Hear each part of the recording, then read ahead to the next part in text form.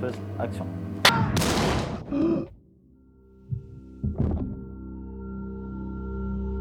Gaspard Noël, bonjour. Bonjour. Donc, ma première question, c'était entre Irréversible et Hunter the Void, il y a eu pas mal de temps qui sont passés entre les deux longs. Je voulais savoir si c'est parce que tu avais beaucoup de projets ou parce que tu voulais vraiment faire Hunter the Void et que ça prenait beaucoup de temps. Il y a un truc, c'est à partir du moment où j'avais fini Irréversible, tu vois, le film a été. L'accouchement à Cannes a eu lieu le même jour que la sortie en France. Après, comme le film il était vendu sur la planète entière, j'ai passé presque un an à faire des festivals, et la promo. Et déjà à cette époque-là, je préparais Enter the Void. C'est vrai que malgré le succès commercial d'Irréversible, quand tu proposes à des producteurs de faire un film qui risque d'être long, super expérimental, avec des séquences de cul explicites, qui parlent de drogue, et où il n'y a pas de comédien connu, et en plus qui se passe au Japon, pays où les risques financiers sont doubles parce que tu ne peux pas vraiment gérer à distance un tournage au Japon. Tu vois, c'est pas, tu vois, les mecs, ils te mettent pas l'argent comme ça sur la table. Direct, on a fait faire des devis, et puis il y a eu des allers-retours de casting, de ceci, cela. T'as des projets qui sont faciles à démarrer, t'as d'autres qui sont difficiles à démarrer. Celui-là, il a eu du mal à démarrer. Et je voulais surtout pas me mettre à faire un autre long métrage, parce qu'à partir du moment où tu te mets sur un autre long métrage de commande ou d'initiative personnelle, tu en as pour 2 ans, quoi. Entre l'écriture, le tournage, le montage, la promo. Et je me suis dit, voilà, si je me lance sur un autre film, celui-là risque de ne pas se faire. Du coup, voilà, quand j'avais besoin de travailler, je faisais une pub par-ci ou un clip par-là ou des trucs comme ça. Mais Ouais, t'avais fait un court-métrage ouais, j'ai fait un court-métrage, mais effectivement, je voulais surtout pas un court-métrage, ça te prend 2 mois.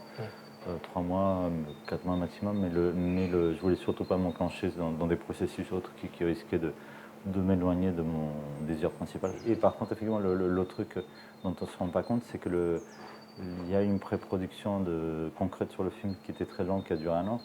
Le tournage, il a duré 1 an, la post-prod a duré 1 an et demi presque, et du coup, tu vois, ça fait 4 ans que je suis à fond sur ce film. C'est pas que. Peut-être qu'il y a eu 3 ans de battement entre les deux. Mais justement, vu le nombre de plans à effets spéciaux que tu as dans le film, peut-être que tu n'aurais pas pu le faire avant parce que c'est un projet qui Ah ouais, t'a non, pris longtemps. et heureusement que le film, même s'il y avait eu une première version du scénario qui a été faite il y a 15 ans, mais je pense que le scénario était arrivé à semi-maturité il y a une dizaine d'années, même si j'aurais écrit plusieurs fois, mais il y avait déjà un scénario qui était dans la route il y a une dizaine d'années. Heureusement qu'il ne s'est pas fait à l'époque, parce qu'il aurait été, visuellement le 10e de ce qu'il est aujourd'hui. D'accord.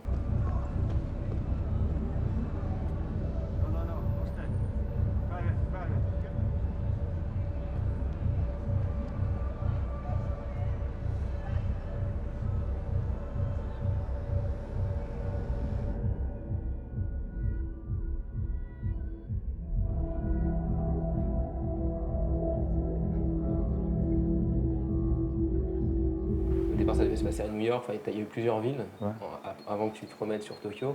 En quoi le choix de Tokyo était important? Et est-ce que ça a changé un peu l'âme du film ou en fait elle était déjà là, c'est juste que ça correspondait justement à ton histoire? Le truc, c'est que j'ai beaucoup voyagé ces derniers temps à Tokyo, durant ces dernières années, pour la promo d'abord de Carne qui était sorti là-bas, après pour la promo de Seul contre tous, après on m'avait invité 1 ou 2 fois dans des festivals où je passais pas de films, après j'étais parti en vacances quelques fois, à la fois pour adapter le scénario à Tokyo et aussi par désir personnel. Mais du coup, effectivement, avant de lancer le tournage d'Inter the Void, j'avais déjà été une vingtaine de fois. Jamais plus de 2 semaines, mais effectivement, c'était des allers-retours où chaque fois je redécouvrais le Japon. Je parle toujours pas japonais, mais même si j'ai passé peut-être un an de ma vie dernièrement au Japon, je parle toujours pas un mot de japonais, mais je m'y amuse toujours autant. Et de même qu'on peut tomber amoureux d'une personne, on peut aussi tomber amoureux d'une ville. Et quand c'est arrivé à pas mal de gens que quand ils vont à Tokyo, ils disent ah putain, j'ai envie de m'installer là, même si t'as pas de famille, t'as rien, tu dis voilà, c'est fascinant. Est-ce que tu avais des références pour filmer la ville? Tu avais des films justement occidentaux qu'on filmait là-bas ou des films japonais de référence pour filmer cette ville où tu voulais imposer un style qui t'était propre, que tu n'avais jamais vu au cinéma? Non, après tu as des films japonais qui peuvent s'apparenter à Enter the Void, mais c'est plutôt des films d'animation comme Ghost in the Shell ou Akira. Sinon, tu as des passages où tu as l'impression d'être dans Blade Runner, où j'ai beaucoup parlé de Tron pendant le tournage parce que les effets visuels du DMT dans le cerveau ressemblent beaucoup au décor en filaire de Tron. Mais à l'arrivée, le film ressemble moins à Tron que je ne le désire au départ. Donc, il y a une intention de départ, après il y a un projet à l'arrivée. Mais ouais, sinon, je vois pas trop de films tournés au Japon avec des comédiens réels qui ressemblent à ça, à part peut-être quelques séquences de Mishima de Paul Schrader. Parce qu'à un moment, il y a des séquences assez artificielles avec des petits décors faits en studio et où ils illustrent les histoires écrites par Mishima. Et cette partie-là, c'est presque ma partie préférée du film Mishima. Et en voyant Mishima aussi, je me suis dit, tiens, si lui est parti tourner une fois au Japon, pourquoi moi je pourrais pas y aller et voilà. I hope Victor's here already. I don't want to wait for him.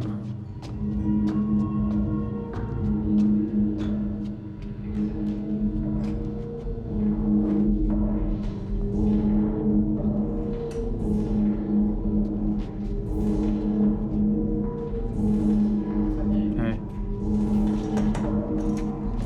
I brought you stuff. Dans le cas, on est sur le contre-tous, la caméra bougeait presque pas, ou si elle bougeait, c'était de manière compulsive. Voilà. C'était en pixelation, elle allait d'un plan large à un plan serré. Là, l'idée d'Underdog, c'était plutôt reproduire la perception humaine. Donc, effectivement, quand on marche, on est en mouvement.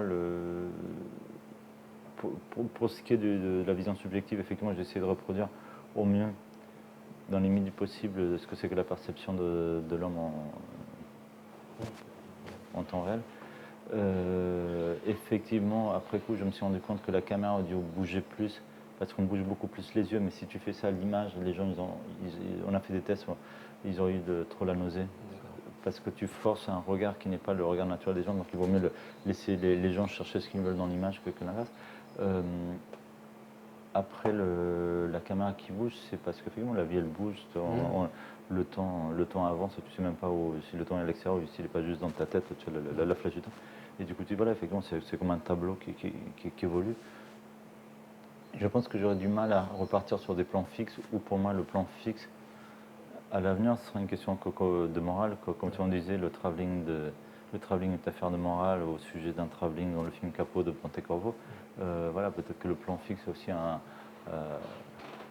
est un truc contre nature et un plan fixe, c'est une volonté délibérée de se poser sur quelque chose. C'est pourquoi tu passes à un plan macro. Dans la vie, tu vois rarement des choses en macro. C'est un parti pris. Je pense qu'effectivement, si je fais un film à l'avenir où il y aura des plans fixes, ce sera vraiment pour appuyer quelque chose. Il n'y a pas beaucoup de films où tu as des plans vus d'en haut, où des fois c'est un plan par-ci, un plan par-là. Il y en avait dans Europa, il y en avait dans Taxi Driver à la fin, une fois qu'il a buté. Mais c'est des plans que j'ai toujours trouvé super jolis, et ça faisait peut-être partie de mes rêves d'enfance de voir un film qui se passerait presque que de là-haut. On te parle toujours des fantômes qui suivent les gens. Moi, je ne crois pas aux fantômes, mais j'avais commencé à regarder Ghost, tu vois, le film de fantômes. Et je sais que j'ai arrêté très vite parce que justement j'étais déçu parce que je trouvais que la caméra était à hauteur d'homme. Et je dis attends, mais on voit un film, on est censé être du côté des fantômes et on est à hauteur d'homme, c'est pas rigolo.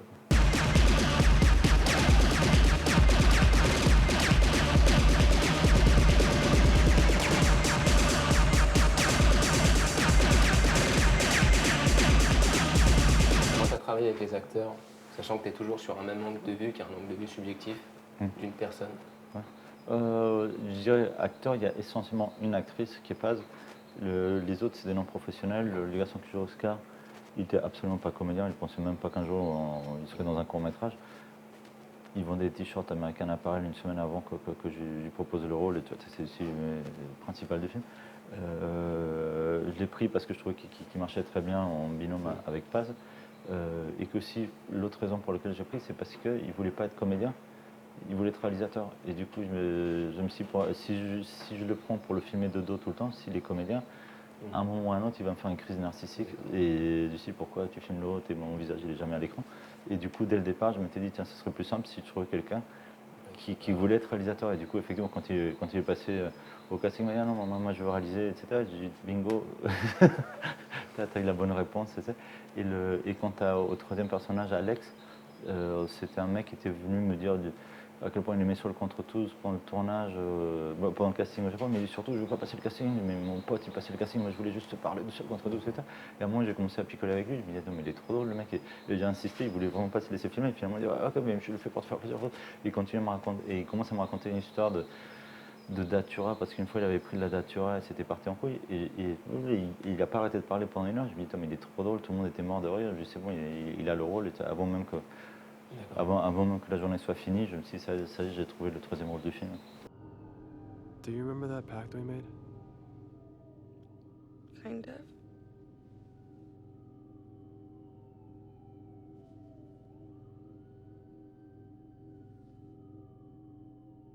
We promised to never leave each other.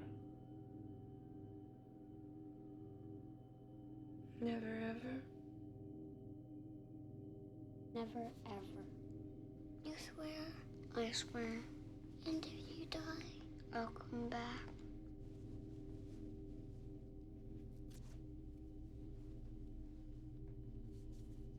This is a blood pact.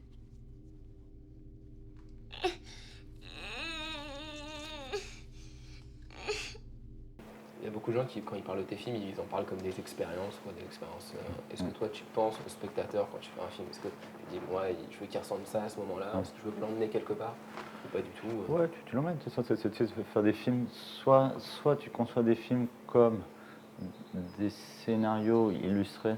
Tu vois, c'est comme une pièce de théâtre et tu trouves les comédiens, tchac, et après tu te casses pas trop le cul avec la caméra. Soit tu peux concevoir un film comme un roller coaster. Et du coup, tu dis voilà. Tu veux qu'il y ait des émotions, que les gens pleurent, que les gens rigolent, que tout d'un coup ils aient la nausée ou pas. Dans un roller coaster, tu peux faire tout ce que tu veux. Tu peux faire un passage où c'est un train fantôme, tu peux aussi tout d'un coup plonger dans l'eau et puis tout d'un coup tu as un tuyau qui entre dans l'eau et tu t'amuses à jouer avec les sensations des gens. Après, tu vois, les gens disent oui, mais c'est quoi le message du film? Il n'y a pas de message. Quand tu montes sur une montagne russe, est-ce qu'il y a un message? Non, Oui, c'est ça, c'est vraiment l'idée de... Après, effectivement, il y a une volonté de faire du mélodrame, comme Lars von Trier peut s'amuser à faire du mélodrame, mais c'est juste parce que tu as envie que le spectacle soit plein et que